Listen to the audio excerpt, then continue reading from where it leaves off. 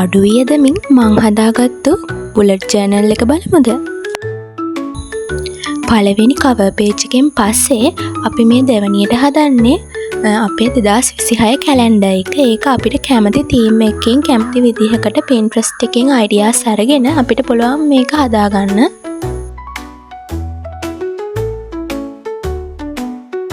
මේ තියෙන්නේ මං ඒ විදිහට හදාගත්තු මගේ 2026 කැලෙන්ඩර් එක. කැලෙන්ඩර් එකෙන් පස්සේ අපිට අපේ 2026 ගෝල්ස් ටික මෙන්න මේ විදිහට ලස්සනට හදාගන්න පුළුවන්. දැන් එන්නකෝ බලන්න අපේ 2026 බුලට් ජර්නල් එක කොහොමද මං හැදුවේ කියලා.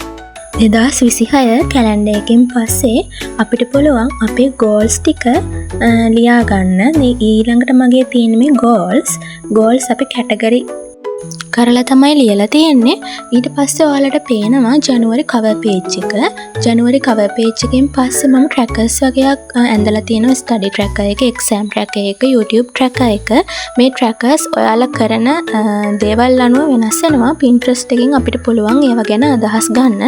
මම මේ එක්සෑම් ට්‍රැකර් එකක් හදාගෙන තියෙන්නේ. මට ළඟදිම එක්සෑම් එකක් තියෙන නිසා සබ්ජෙක්ට් වලට අනුව තමයි මම මේ එක්සෑම් ට්‍රැකර් එක හදාගෙන තියෙන්නේ. එහෙනම් ඉතින් මේ වගේ වැදගත් ලස්සන වීඩියෝස් බලන දිගටම මාත් එක්ක එකතු වෙලා ඉන්න. channel එක subscribe කරන්න අමතක කරන්න එපා.